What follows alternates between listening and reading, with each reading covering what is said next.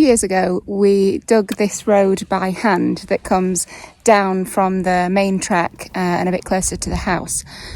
Over the years, it's got a little bit more kind of compacted, or some of the rocks have washed away, and it's a little bit more bumpy to drive down than it was before.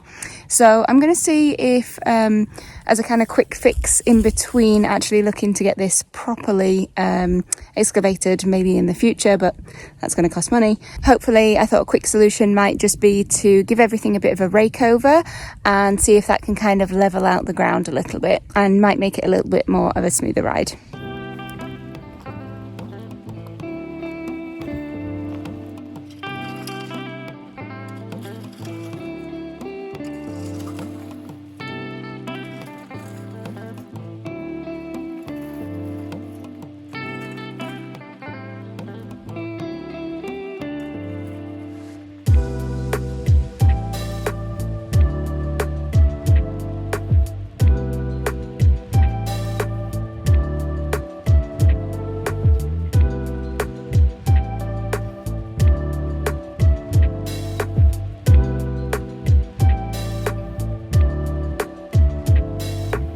I'm not sure whether you can see that well on the camera, but it's a little bit less kind of bumpy now. There are still some really big pieces of bedrock, like this one over here, for example, which, unless we actually just chip this out or find a way to kind of dig it out, we're not going to be able to level off big pieces like that. But in general, it's a little bit better than it was before, and hopefully will be a little bit more of a smooth drive. Well, I've been working a bit on the driveway. Danny's been doing this tree down here, and again, there's just so many branches when you come to prune it. So you can see it's still a bit chaos in here. What we found last year was that the ones that we left more stems up seemed to do better. So that's what we've been doing. I'm trying to keep trunks that kind of look like they could form into a good tree one day. So with branching that's kind of halfway up, that then can form out to be a tree at some point. But I've left quite a few of them because I don't want to shock the tree too much. For those of you who've been watching our channel for a while, this won't be news to you, but for those of you who are new, we bought this land with 200 olive trees that had actually been cut down to the base about 4 or 5 years before we bought it. So what we're left with is trees that are more like bushes, really, because the trunk has been kind of leveled to the ground, and then each of those trunks has sent up suckers each year to try and kind of regrow the tree. So that means that we're left with trees like this that have hundreds of branches that we have to make our way through and try to find at least a few that might be viable for future trees.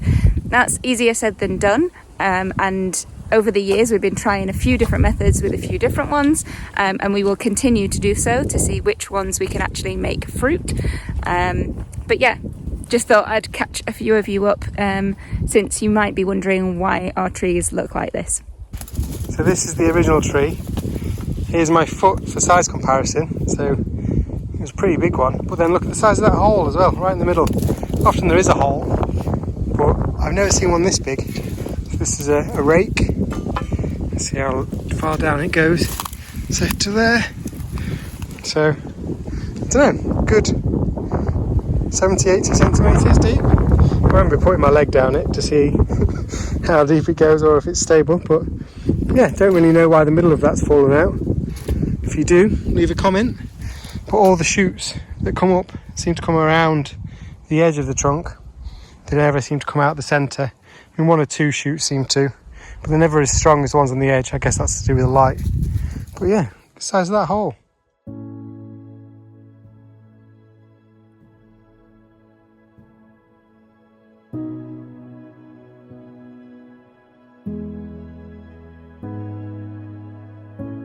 One of the projects at the house this week has been restoring this old chest of drawers.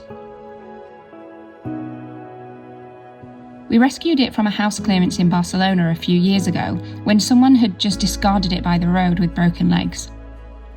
Danny sanded and waxed it and put on new feet, and it served us well for a couple of years. But it got damaged in the house move. So after a little bit of fixing up, another sand and a lick of linseed oil, it's looking good as new again.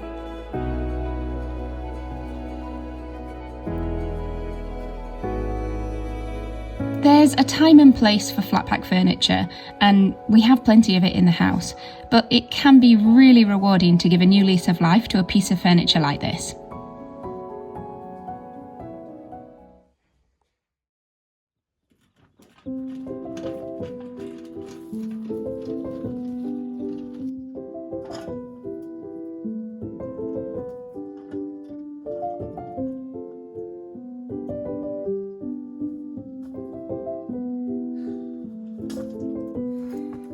This is one of the difficulties that we have with this chipper.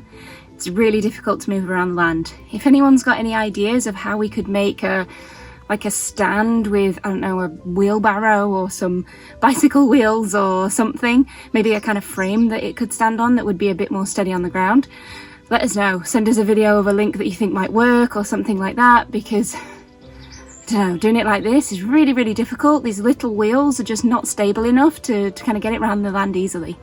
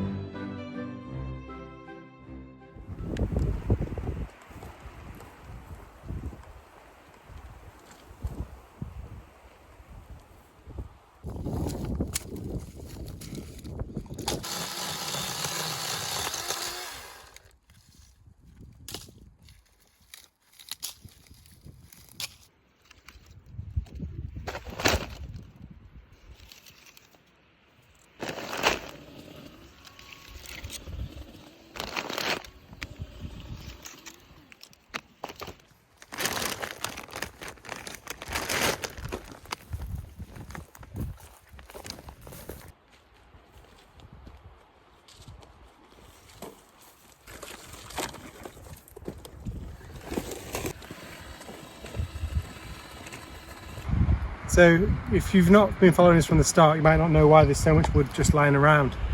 So when you've seen us cleaning up the trees, so there's lots of shoots going up at the side, that's because 5 or 7 years before we bought the land, someone came and basically clear cut all the olives, so cut them at the base and then chopped the branches off, took the log for firewood and left all the branches on the ground. Not only is it a bit of a fire risk, it also makes it really difficult to travel around all Bankals.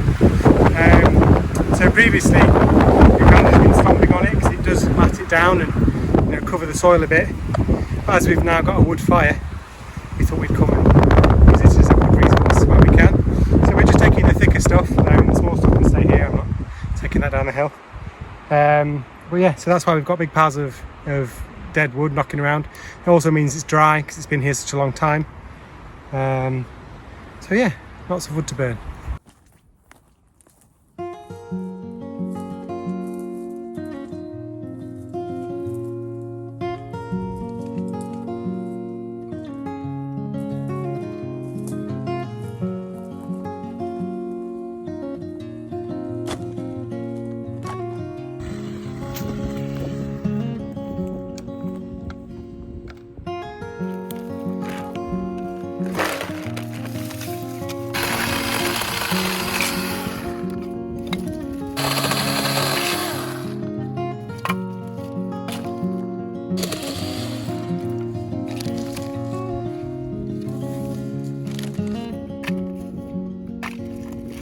that's one bag almost full already. Should hopefully keep us going for a few nights. Hopefully the olive wood is really well seasoned. It was cut down like, I don't know, 6-7 years ago, so it should be really, really well seasoned. Normally you only have to wait a year or maybe 2 before you burn it. So it should burn quite slow because it's a really, really hard wood. But yeah, we've got a bag here, and these IKEA bags are actually really, really useful for collecting things like this and just jobs in general. My mum actually recommended me getting some when we did the house move, just to put loads of kind of odd-shaped things in, or stuff like bedding and bits from the kitchen and all sorts of stuff, and they were super useful for moving house, but they're also now proving very useful for wood collection as well. So thank you for the tip, Mum. On to bag number 2.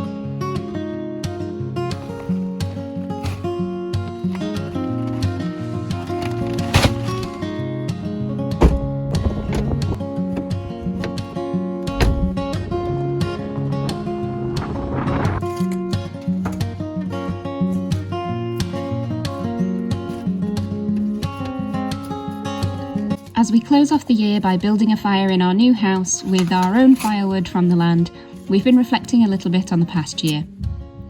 So many wonderful things happened in 2023, and some unexpected ones too.